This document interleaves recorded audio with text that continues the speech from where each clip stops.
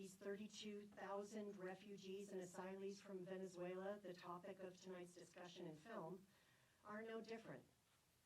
They want peace and security and stability, which do not currently exist in Venezuela.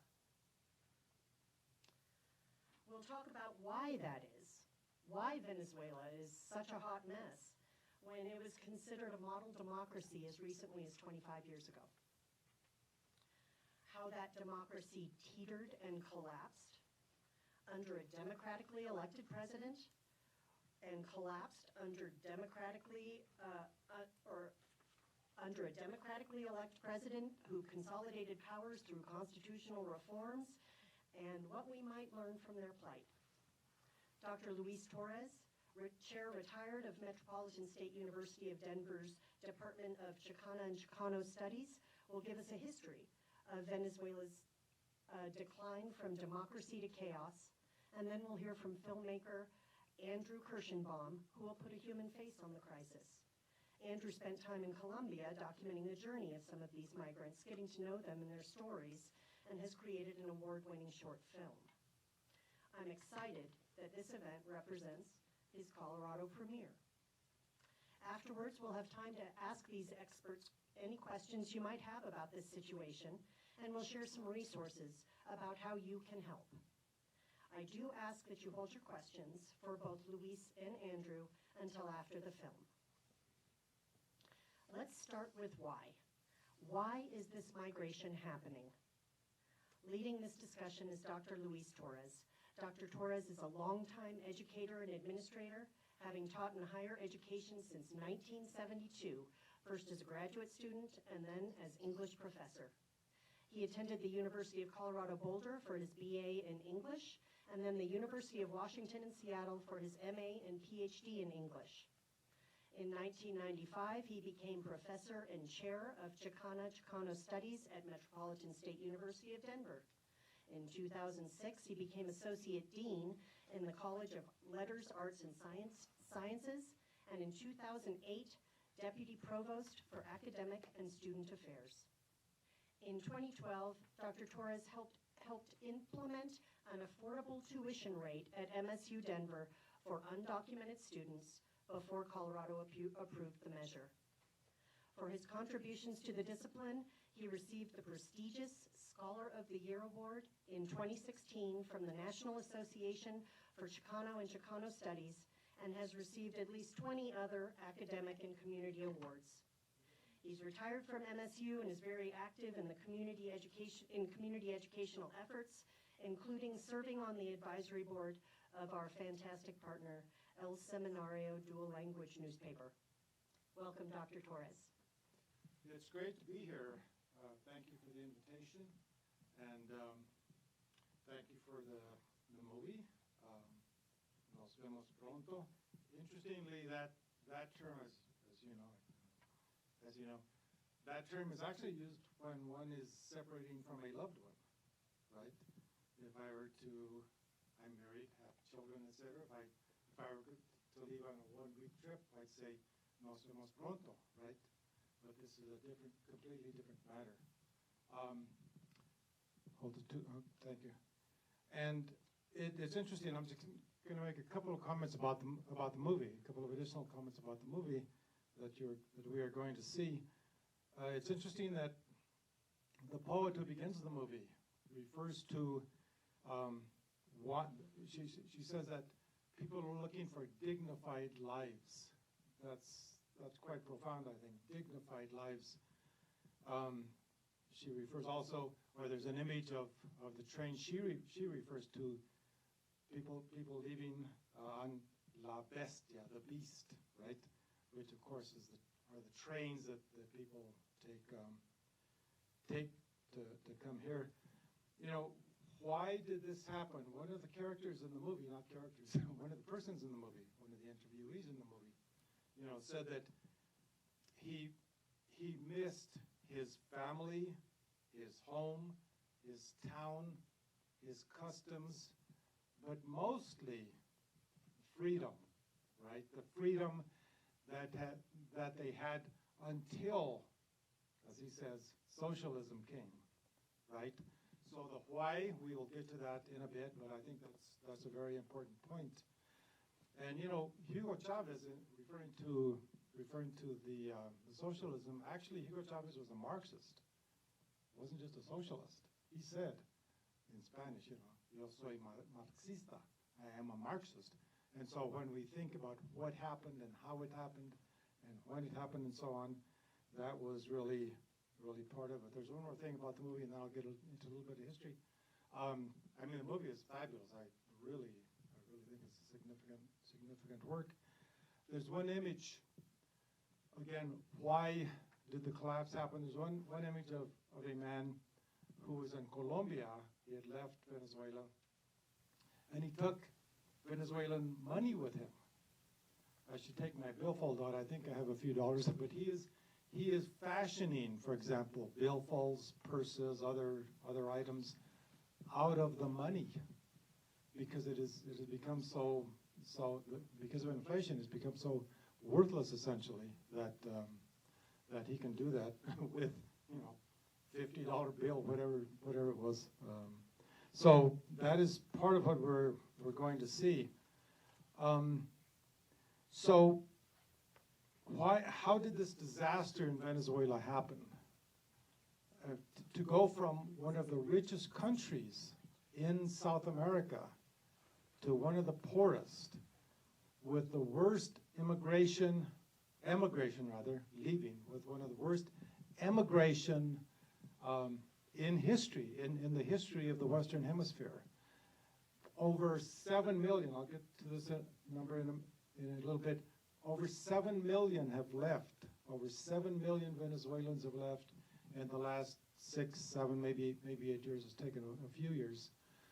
Out of a country of only 30 million. They had only 30 million. That's at least 15%. My math isn't very good, but if we were to do the math there, imagine 15% of the people in the U.S. leaving within literally just a few years. So that really is a question. And for me, the work that I've done for this presentation, it really is a loss of democracy and a loss of the impact of people when they voted. They vote on one thing, something completely different happens. So the corruption and the loss of democracy really spread throughout the country. So in terms of numbers again, I'll just give a couple of numbers. That's why I brought these notes up.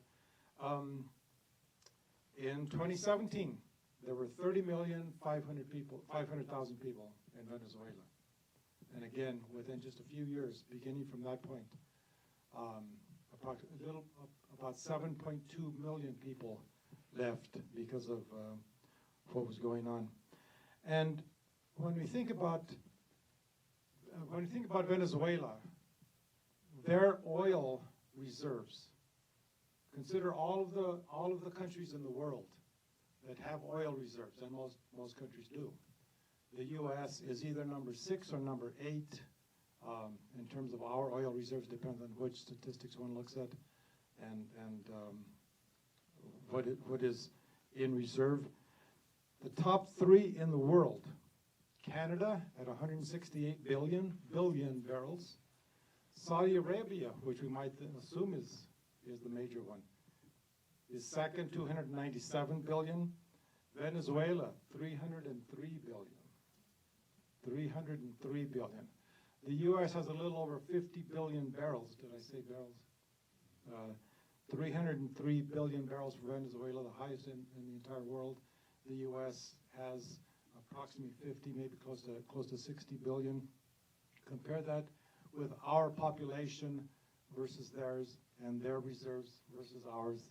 They should have had a great future ahead of them. So just a couple of points about the presidents. Hugo Chavez was elected in 1998. So what has happened to Venezuela goes back, I think, roughly to about the year 2000. But in 1998, Hugo Chavez was elected, and as I said earlier, he called himself a Marxist, I remember correctly, after the election. After the election, not before. For example, he oversaw the drafting of a new constitution shortly after he was elected. But that constitution gave him unprecedented control over the three branches of government. Over the three branches of government. After that constitution, he was, he really was essentially, well, try not to say dictator yet, but let's use that term. I'll just go through this very quickly. He caused a lot of turmoil in Venezuela. There were strikes, for example. An opposition party, an opposition group at least, developed very quickly. In December 2006, he was elected again for president for a third time, and by a fairly good number. That ensured him another 6 years. They had a 6-year presidency term like Mexico does, but for Mexico, it's only one term. For Venezuela, after Chavez changed some of the laws, they could serve an unlimited number, not 2, maybe 3, maybe 4, an unlimited number. Chavez died in 2013. He got sick with cancer. He went to Cuba for medical care. By 2013, he had passed away, and Nicolas Maduro, the current president, still the current president, took over, and increasing authoritarianism with Nicolas Maduro also. As a result, there were very dramatic falling oil exports. The government's failure to adequately invest in the industrial sector, in any other sector other than oil. And the inflation, and I really want to emphasize this, the inflation really started to soar. We are concerned about inflation of 4%, 5%, 6%, right, per year. The inflation soon soared to over 800%. So if you previously could buy something with $1 or 1 bolivar, I believe it's called, by that time you would have to use 800. But that wasn't all. By 2018, it had skyrocketed again to 2,400%. 2,400%. Because of corruption, mismanagement, and so on. And it wasn't quite done. 2,400%. The International Monetary Fund predicted that inflation might reach 1,300% by year's end. 13,000%. So, yeah, because of that, by that time, at least 5,000 people per day were leaving Venezuela. 5,000 people per day. I'm going to jump ahead. As I said, 7.2 million had already left. It actually became 7.7 million by 2023, just last year. I want to give us a note of caution, though. We consider, I'm going to turn to the immigration into the U.S. and including with Denver Public Schools, and I realize I'm under a timeline. A note of caution. I realize that we hear all the time that we are in a crisis. Well, I would caution that somewhat. The Venezuelans are in a crisis. The immigrants are in a crisis. The immigrants from Venezuela who are right outside the door here, literally, and throughout Denver, are in a crisis. But again, just a note of caution. If we take all of the Hispanics or Latinos in the U.S., there are approximately 62 million of us. 62 million of us. Venezuelans account for about 1%. And that includes the Venezuelans who have been here for many years, the ones who were here 20, 30 years ago, right? So I realize the numbers seem very dramatic, and they are, especially for the Venezuelans. But I'm looking here at a table of the U.S. Hispanic populations and their nationalities. For Mexico, for example, 37,200,000 as of 2023. Of course, as I'm sure you know, large part of the U.S., large part of the western U.S. was Mexico quite some time ago. Puerto Ricans, 5,800,000. I'm just going to give a couple of them. Salvadorans, 2,500,000. Dominicans, 2,400,000. I'll jump down, number 7, Colombians, because Colombia is right next to Venezuela, and has had a large hand in Venezuelans going to Colombia, 1,400,000.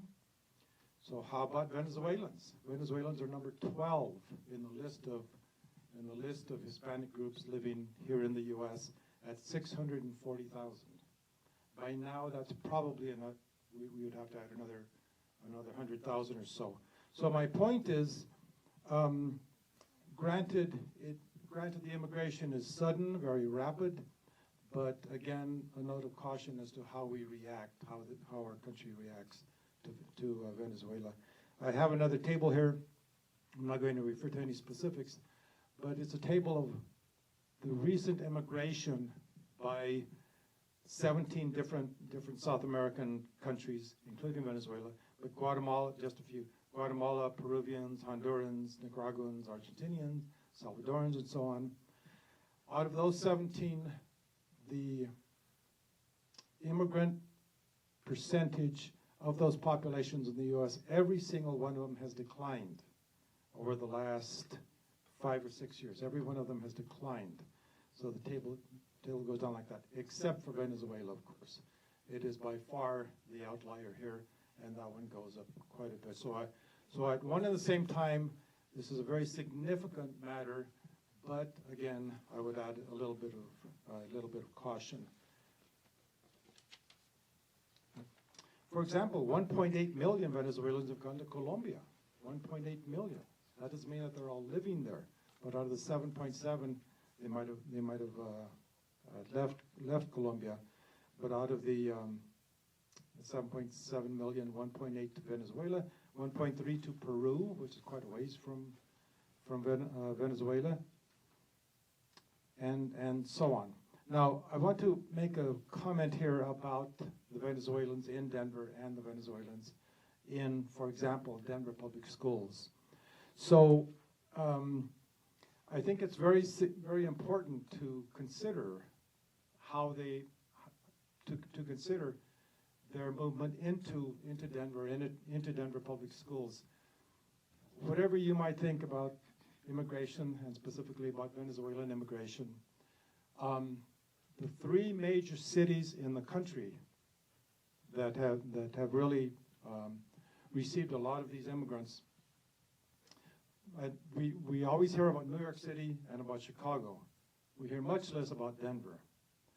Those are the 3 major cities that Venezuelans have moved into the U.S. Denver, in terms of per capita, the number of people that we have in Denver and the number who moved into Denver, we have a higher per capita percentage than New York City by far, and more than Chicago. So for each of us in terms of per capita, we have received more Venezuelans. And just a couple more minutes. I really want to stress how I think Denver has done a very good job in welcoming these people and welcoming the Venezuelans, especially the children. I think we've done a very good job in housing, for example. When they first came here, as I'm sure you will remember, some of them would get off the buses, with T-shirts and jeans and sandals. And I thought, oh my goodness, what's going to happen in November, December, January with weather like we just had?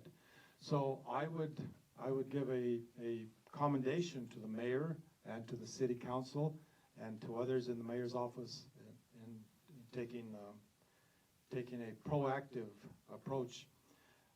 And Denver Public Schools. I have been doing some work with Denver Public Schools, and I really want to stress that Denver Public Schools has done a very admirable job in trying to meet the needs of the students.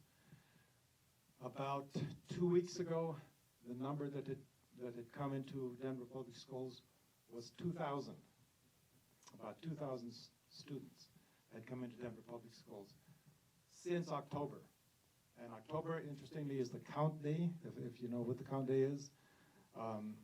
DPS take all of the schools in the state, take the count of how many students they have, send that information to the Colorado Department of Ed, and they get the funding back per student.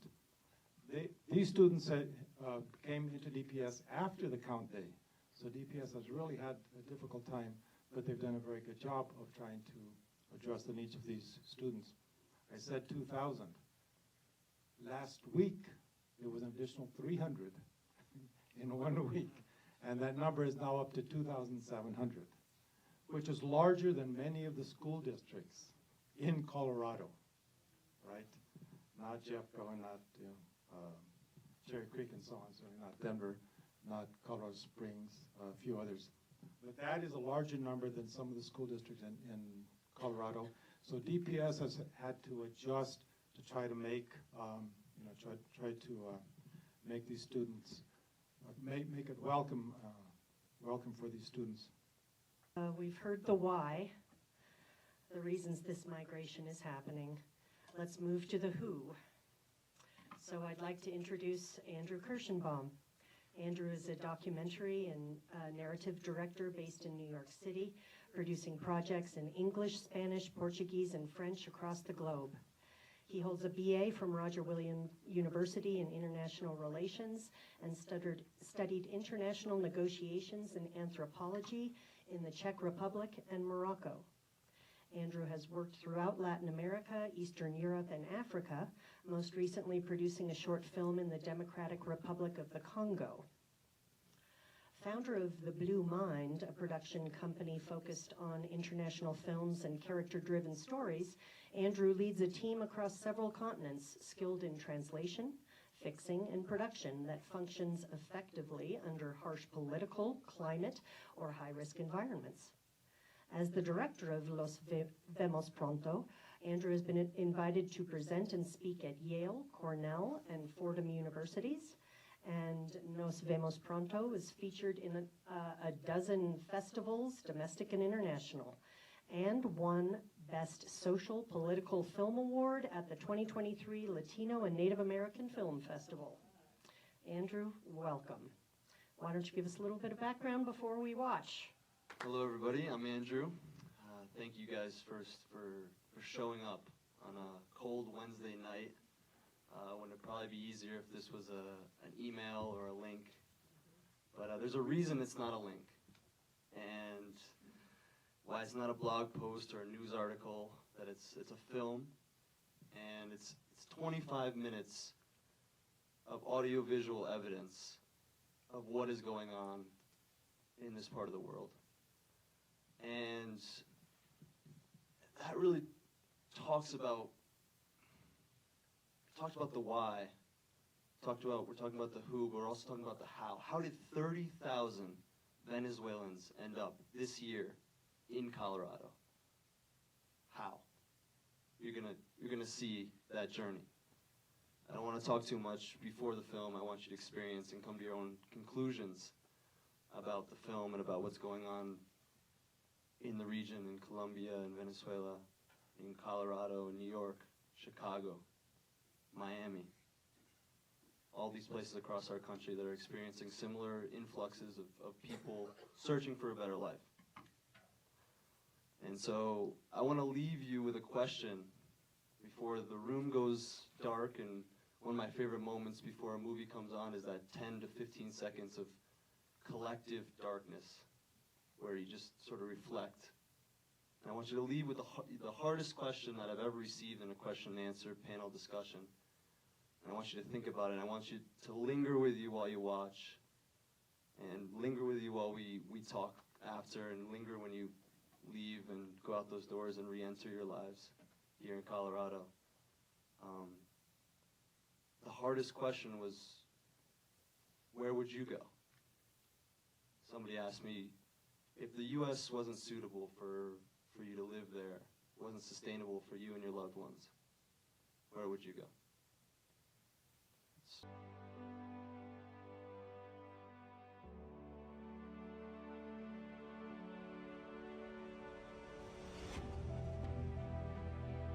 Before we open it up for questions? Watching it again, I mean, I've seen it so many times. Just watching it again with a room full of people, you realize the power of what goes up there. And every time I see something different, and I don't know, I just think I'm happy with how it came, because I really feel like it represented the experience I had and the energy that people passed on to me, and that I hope sort of was carried into the film here. So it's an experience, but I thank you guys for watching. Thank you. Did you go to Colombia to create this movie? Was that the goal? No, I didn't. I was traveling in Colombia, backpacking, exploring, and that's when I met Johanna, who's the main poet, and we were quick friends, and we explored the city together, and she taught me to make arepas, and we just had a really good time. And she had mentioned she was from Venezuela, but I didn't think anything of it at the time. I really was not up to speed on what was going on, only knew that in the news something was happening in Venezuela. And so we stayed in contact, and I was looking for something important, meaningful, so I wanted to create something, and so I was looking for a volunteering opportunity, and I saw an opportunity online to volunteer with Los Caminantes, Venezuelan migrants and refugees walking, and I joined a group of international volunteers, about 15 of us from all over the world. Stayed in one house, all almost in one room, for a month, and we wake up at 6 in the morning, fill a car full of sandwiches, boiled eggs, all sorts of rehydrating liquid suero, and we'd go up and down the highways and hand that. That's where you see in the film a lot of people are carrying these sandwiches, and we give them each person was 5 sandwiches, 2 eggs, and a cup of suero, and we'd go up and down all day, and just starting to hear the stories and listen to where people were coming from or what they experienced, started to sort of see an opportunity to tell these stories that you see on the screen. So the plan was not to go to Colombia and make a film, but as soon as I had this experience, this volunteer experience, it clicked with Johanna. I was like, wow, she's from Venezuela, but she's been here for 7 years in Colombia. These people are just leaving. So how is that experience different,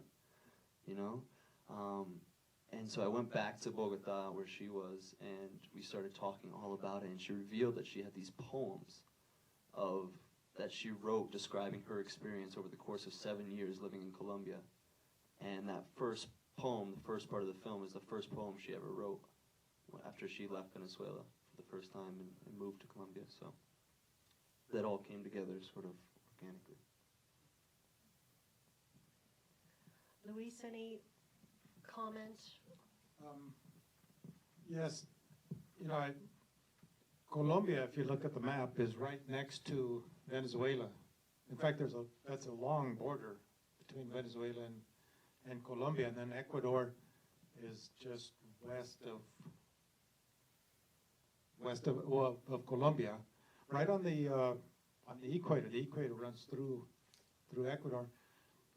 The people who came here, I think it's about 3,000 miles. That's the number I've seen. 3,000 miles to get from there to here, and they would go first. Most of them would go first to Colombia, and then from there start up north, the ones who wanted to come to the U.S. And just by the way, there are more Venezuelans in Florida than in any other state. Although we are here in Denver, we are a straight line from El Paso to here, and then of course we're kind of at a crossroad, which is one of the reasons that many of them come here. But the Darien Gap, I'm sure you've heard of the Darien Gap, which sounds hellacious. Did you see any of the Darien Gap when you were there? So from Colombia to come to the U.S., you go straight north, pretty much straight north into the border between Colombia and Panama.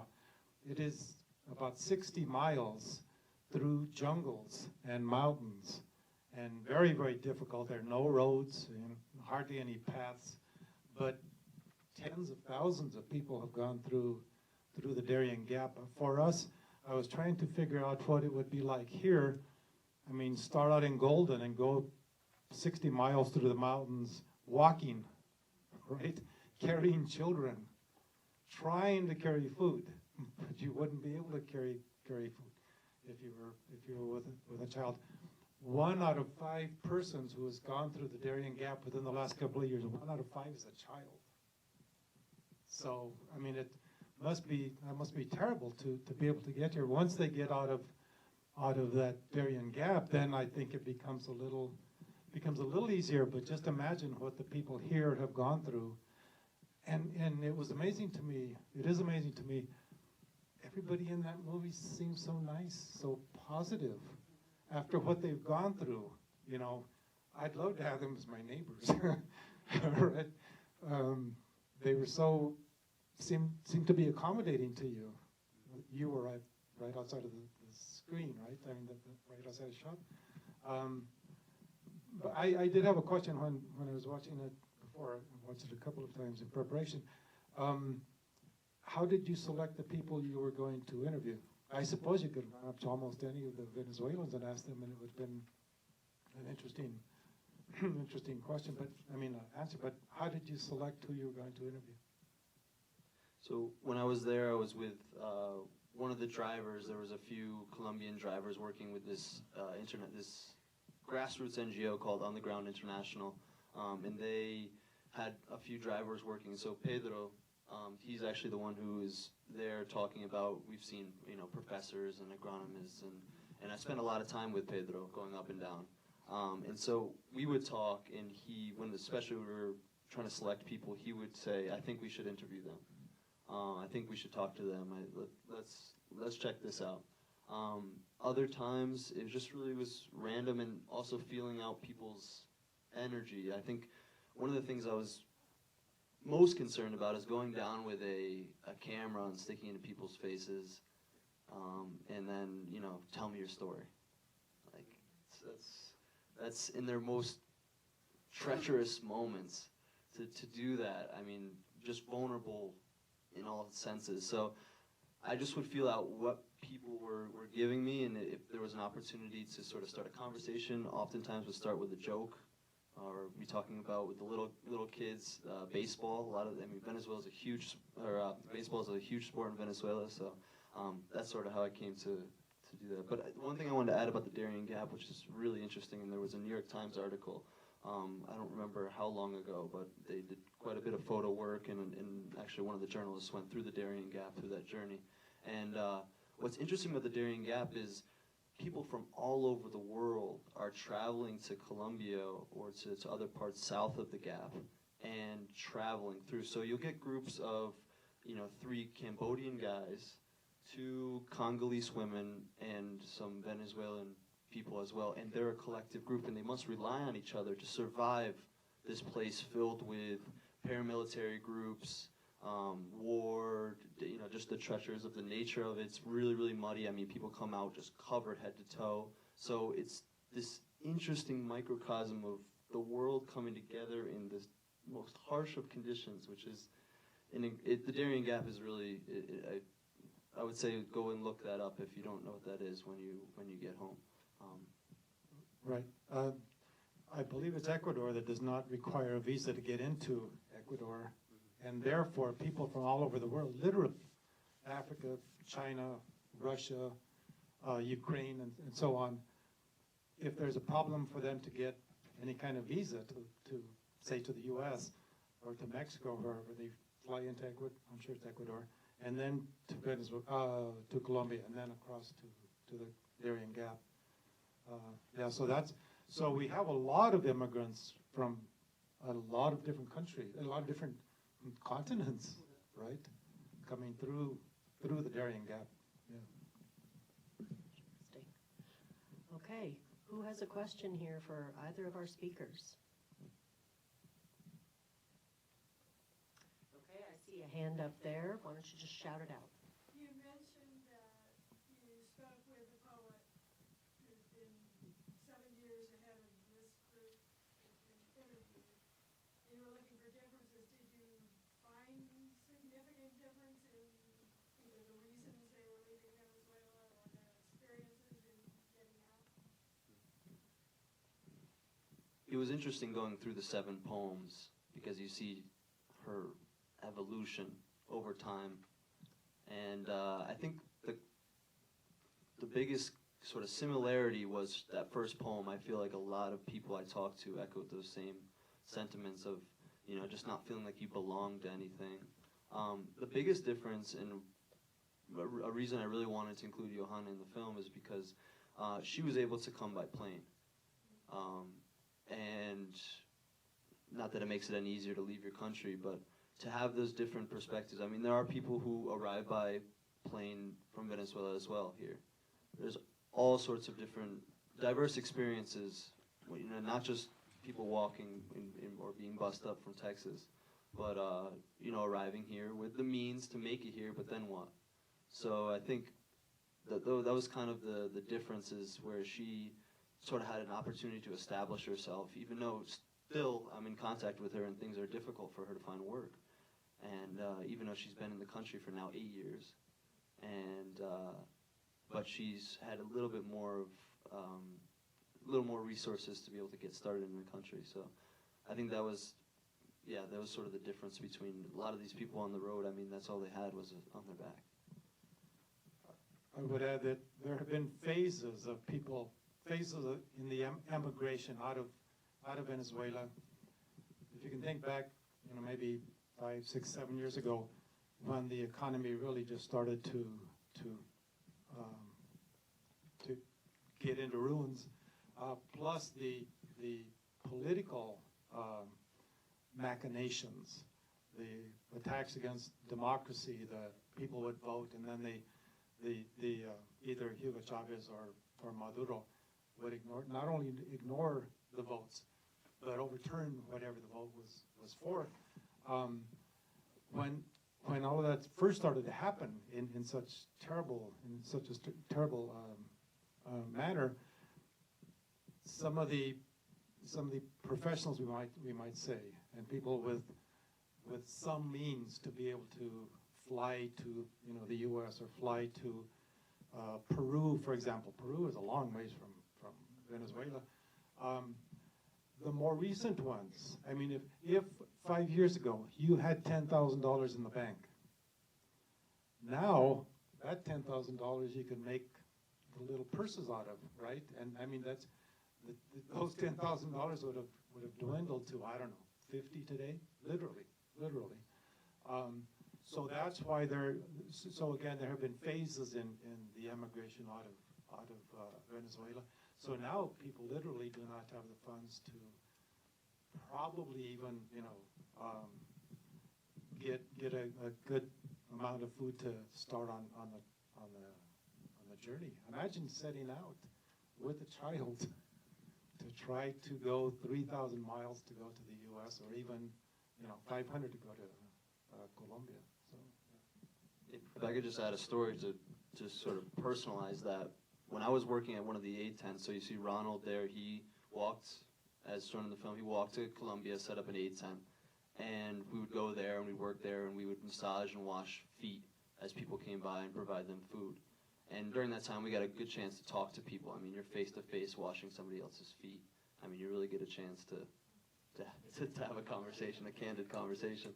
And all of a sudden this young girl, about 8 years old, comes running up, crying, right to me, and starts speaking. And at that time, I didn't speak Spanish that well. I was in the process of learning, and I couldn't understand what she was saying, so I called over somebody who could translate, and he says, "Oh my God, her brother hopped on the back of a truck without her, and she's all alone now." Yeah. And so there are situations like that where an 8-year-old girl, and this is also another conversation, but after you have that experience, I mean, even if you end up in a place that's warm and cozy, I mean, you're going to be dealing with a lot for the rest of your life. So there's so many stories but that's one thing to just be like, wow. It's amazing he would leave without her. Any other question? Yeah, so, I wonder if the population of Colombia is increasing a lot,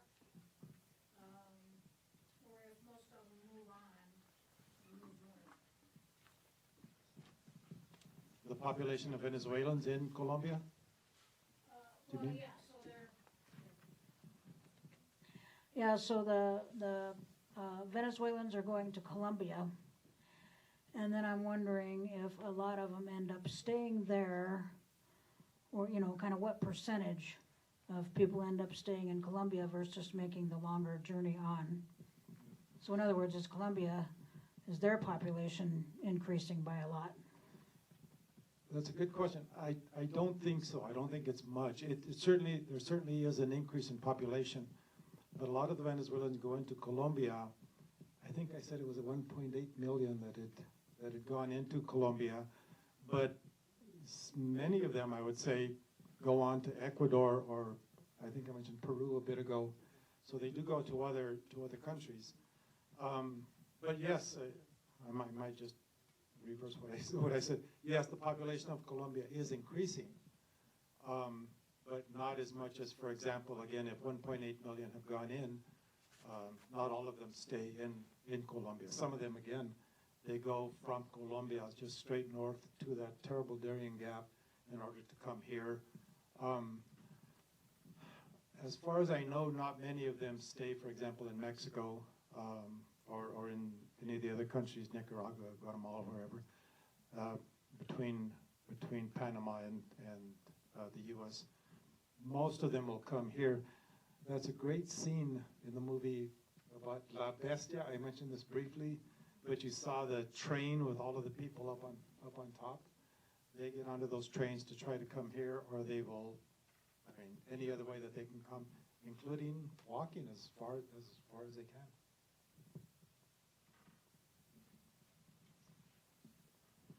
I'll try to holler. It's probably without Sartorius, but I'm not sure. Have you had a chance to talk to any of the children who are in your work with Denver Public Schools who have arrived or with their families about the experience? I have not, and some of that is on purpose. Denver Public Schools, to reiterate, I'm really pleased with Denver Public Schools. Thank goodness. I'll get back to the question, but thank goodness a year ago, I think it was a little over a year ago, Colorado and Denver really drove this.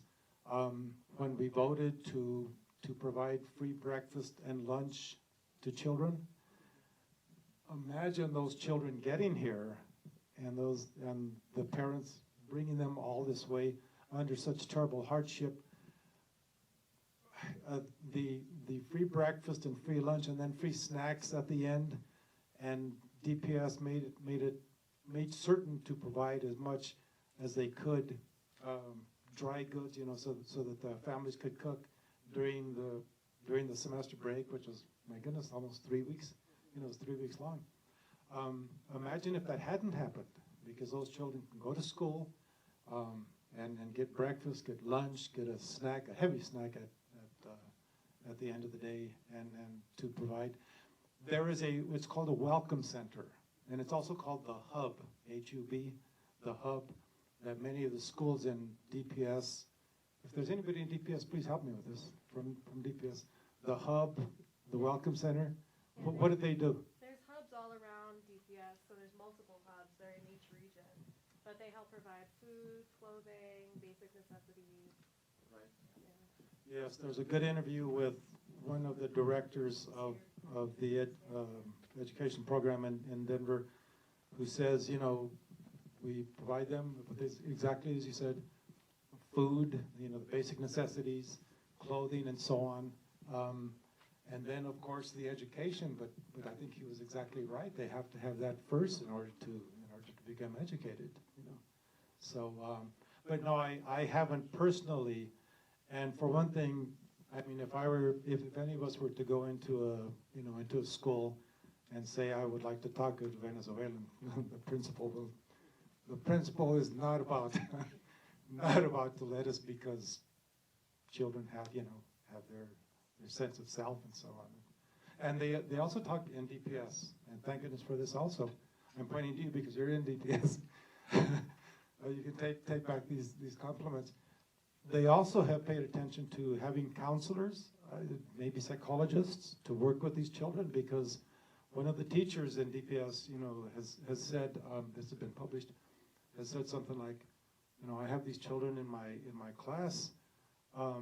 Their bodies are here, their minds are sometimes, in what they just experienced. So that's a good question, and but no, I haven't talked to any of them.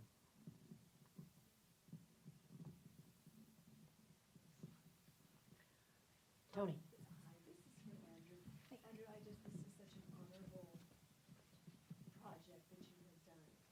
And I would just like to ask you, what were your intentions with this film? I mean, all of us can take something different, and we can watch it over and over and still.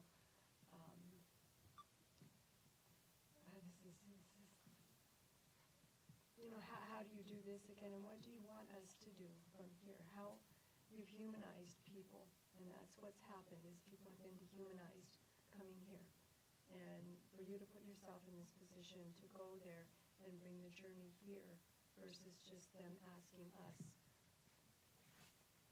or us asking them rather, when they come here, what was your journey? You went to them and you documented their journey. So what is your intention for your film, and where do you see it going from here? If that makes sense. Yeah. From the start, I wanted it to be theirs. As much as it could be. It's coming from somebody from the U.S. As much as it could be theirs, that's what I wanted. And to honor those voices and those stories, a lot of them saw the camera as a portal into a world where the screen looks out to a group like you all and can transmit that message, and for you guys to understand what is going on. A lot of people saw me and the camera as sort of a beacon of hope, that if my story gets captured on this camera, on this film, people will know about me. They'll know about my brothers and my sisters. They'll know about the things we went through. And maybe it won't happen to me, but somebody down the line will enact some change for my people. So for me, honoring that portal in my head, that's how I see it, is this portal, this transmission of the story to exactly a place like this, with people who can make a change in their own community by watching a film like this and saying, we have people like this in our community that we can help. So honoring this film and going forward is to take that with you, to be equipped with the understanding and knowing who's around, who your neighbors are. So that's what I hope. That's what I hope for this film, that it honors them.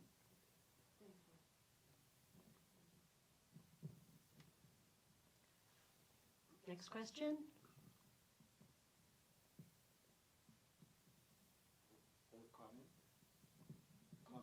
Or comment, I mean, a statement about the film or about what we've been discussing.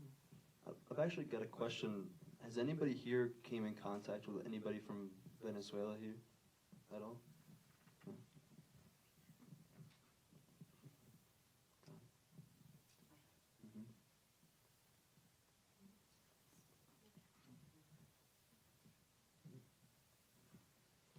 Anyone else? Okay. I'd like to say thank you. Let me just make one more comment. This is the League of Women Voters. Thank you so much for the invitation and for arranging this. To go back to the point about the fact that Colorado voted for the free breakfast and free lunch and so on, that took a vote. People had to go out and vote, right? I was really hoping that it would pass.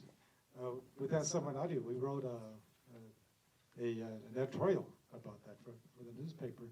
But that tells us, imagine if we had voted for that and then it had been overturned by some politician that didn't want to go along with that.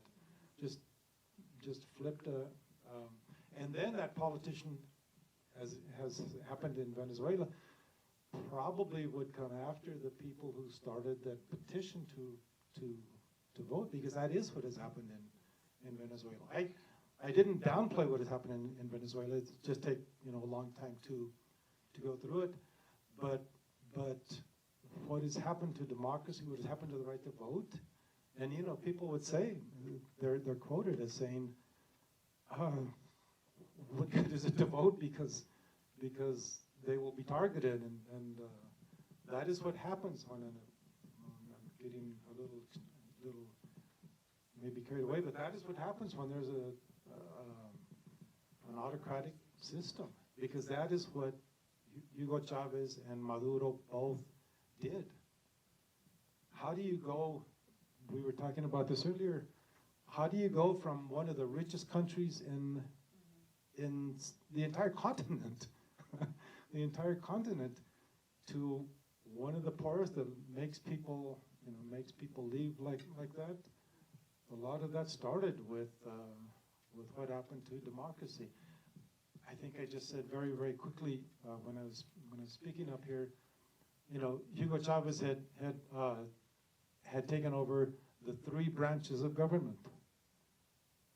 The three branches of government as an autocrat. The judicial system. Some of the legal matters that had come up in front of what they would say would be their U.S. Supreme Court, he could just decide what he wanted to happen. So that's how important it is for voting.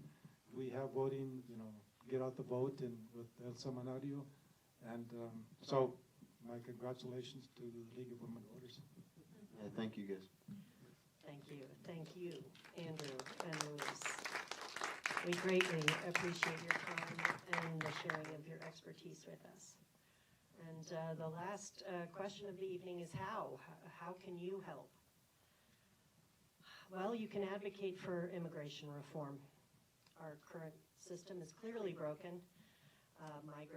Migrants endure unspeakable hardship to come to this country after enduring unspeakable hardship in their homeland. When they arrive eager to work and build a life, bureaucracy and politics take over. Work authorization can cost upwards of $500 and takes months, forcing families to live on the streets and municipalities to spend millions of dollars on social services to keep these people alive. Call your representatives and senators regularly to force this issue. Hire migrants for small jobs as they await official work authorization.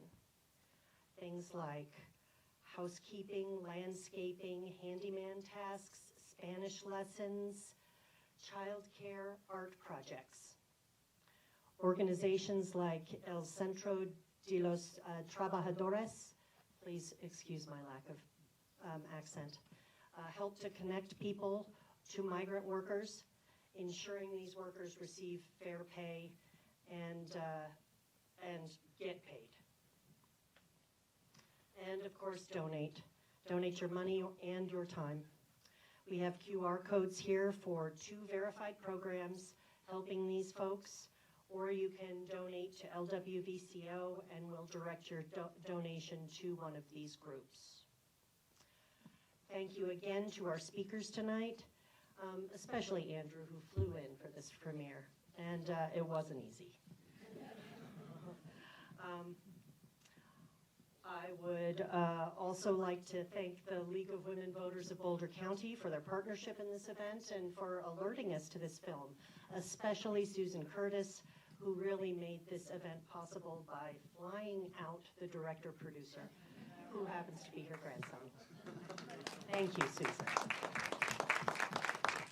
Thank you to our wonderful partner, El Seminario, dual language newspaper. Publisher Chris Fresquez and his team helped to plan and promote this event, and they're running the live stream, allowing more people to take part. Thank you. El Seminario has been a valued partner for years, and we're so grateful for what they do for our community and our state, as well as being a great support to us. Thank you to Katina Frierson, our Development and Communications Manager, who was the driving organizer behind this event. May we please give her a quick round of applause. Thank you, Katina. Thank you always to Jane Dunk, our Operations Manager, who helps with everything. Everything. Please join us on Saturday for our annual legislative conference, where we'll talk about the need to champion democracy this year and beyond. If you haven't already, I hope that tonight has shown you the fragility of democracy and how quickly it can unravel. We must champion our democracy and democratic systems, touting successes and offering facts that prove that the great American experiment can still work if we work together respectfully and transparently. Thank you. Have a good evening.